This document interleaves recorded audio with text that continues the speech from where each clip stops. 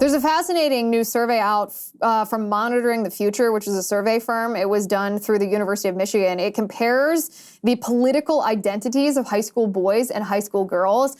And there's been a drastic shift in whether young men are conservative or liberal and whether young women are conservative or liberal in the past 10 years. So first of all, how the survey was done is they polled 12th grade boys. So this is senior in high school, your average 17 or 18-year-old boy.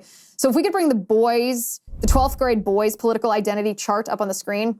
Okay, so let's leave this up on the screen for a couple of minutes so that I can walk through this. So as you can see, in 2023, which is where we are now, the vast majority of young men are identifying as conservative. Look at that, up there, really high number of conservative. Now, this is obviously not all young men have decided their political party, but for the purposes of examining the differences, look at how high the number of conservative young men have climbed since about 2013, and look at how the number of liberal young men have plummeted. I think it's about 24% of young men identify as conservative, while like 13% identify as liberal.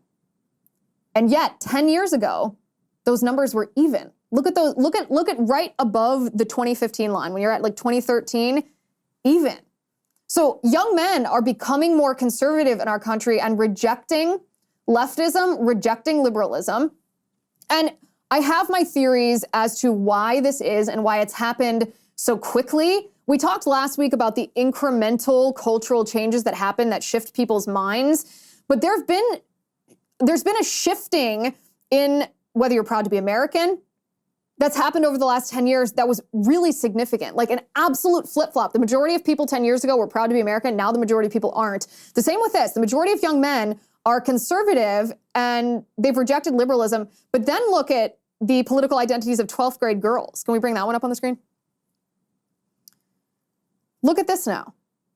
The majority of 12th grade girls identify as liberal and only a fraction of them identify as conservative.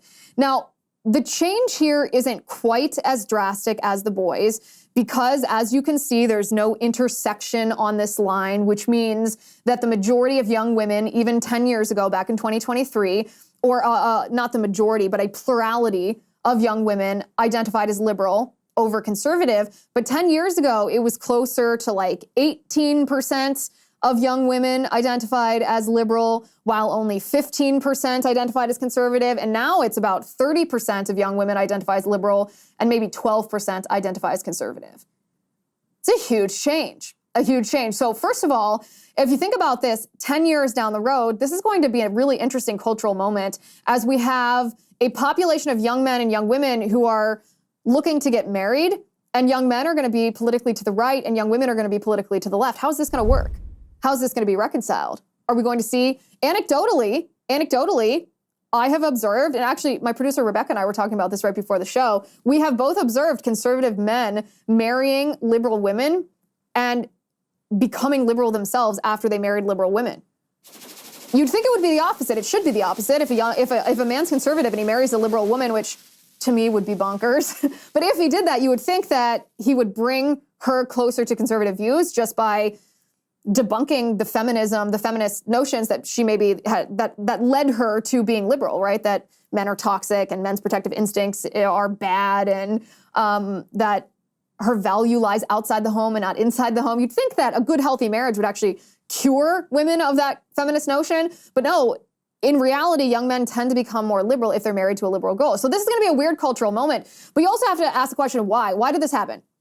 Why is it that so many young men all of a sudden decided they were conservative versus liberal? The answer to that, of course, is the Me Too movement. The answer to that is this assault on men that, this is kind of ironic that we're talking about this because of all the Andrew Tate conversations that we've been having, because we've been talking about how our culture demonizes and vilifies men and tells men that their testosterone is essentially a poison, it's a pathogen, tells young men that if a woman makes an accusation of sexual harassment against them, that we should believe that woman, and therefore the young man is guilty without any due process, any time in court. Like, talk about a vulnerable position for young men to be in, where any frivolous, false accusation could ruin your career, ruin your life, maybe even deprive you of your freedom.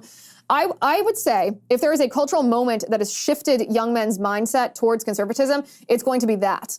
It's going to be that because they are so vulnerable. They are without any protection in a society where feminists say that you are a rapist until proven otherwise, instead of you are innocent until proven otherwise. The opposite reaction to what Democrats were, I assume, hoping young men would think. And then on the flip side, why did so many young women become liberal? How come what happened? How come the shift in mindset? And that's because the Democrats are master manipulators. The Democrats do this with every demographic that they can put into a box, whether it's black people, whether it's Hispanic people, whether it's gay people, whether it's women, any demographic that they feel like they can put in a box, they manipulate. Take women, for example. The Democrats are famous for using emotion over fact, for trying to use feelings instead of empirical evidence. And women are more vulnerable than men to fall for this. Women are more vulnerable to thinking that it's the empathetic thing to do to allow someone to, or to accept the false premise of the trans ideology, right? Women are much more vulnerable to that. And so just like the Democrat Party manipulates black people by telling them that Republicans are white supremacists and racist, and therefore Democrats must vote Democrat in order to retain their freedom, Democrats also tell women that men hate them, that men are trying to essentially enslave them domestically, that men are oppressing them, that men are always going to sexually exploit them unless the women vote Democrat, in which case the Democrat politicians will protect them from the evil men. And women have fallen prey to this. Women have fallen prey to this expert emotional manipulation. And it's going to lead, as I said, it's going to lead to a cultural moment. Because what's going to happen? Maybe it's even different than my anecdotal evidence about liberal or conservative men marrying liberal women and becoming more leftist. What's going to happen when this new brand of leftism that these young women are embracing, what man's going to want to marry a woman who thinks that he could be guilty of sexual abuse or sexual harassment just because some crazy woman makes an accusation? What man is going to feel safe if he can't even count on his wife to protect his due process? If his wife thinks that he's toxic because he's male? How is this ever going to work? This is going to be a cultural explosion. But the change in the matter of 10 years is striking. It's what I always say. Indoctrination works. Indoctrination is effective. There's no such thing as neutrality. It's either the other side indoctrinating or we indoctrinate. One of those two things will happen. Some conservatives balk at this idea because they think, oh, indoctrination, that's inherently evil. No, it's not. No, it's not. Indoctrination is not inherently evil. It's what's being indoctrinated that determines whether the indoctrination is good or bad, moral or immoral. If you are indoctrinating someone in good, you are just instructing them in what's good. You are teaching them right from wrong.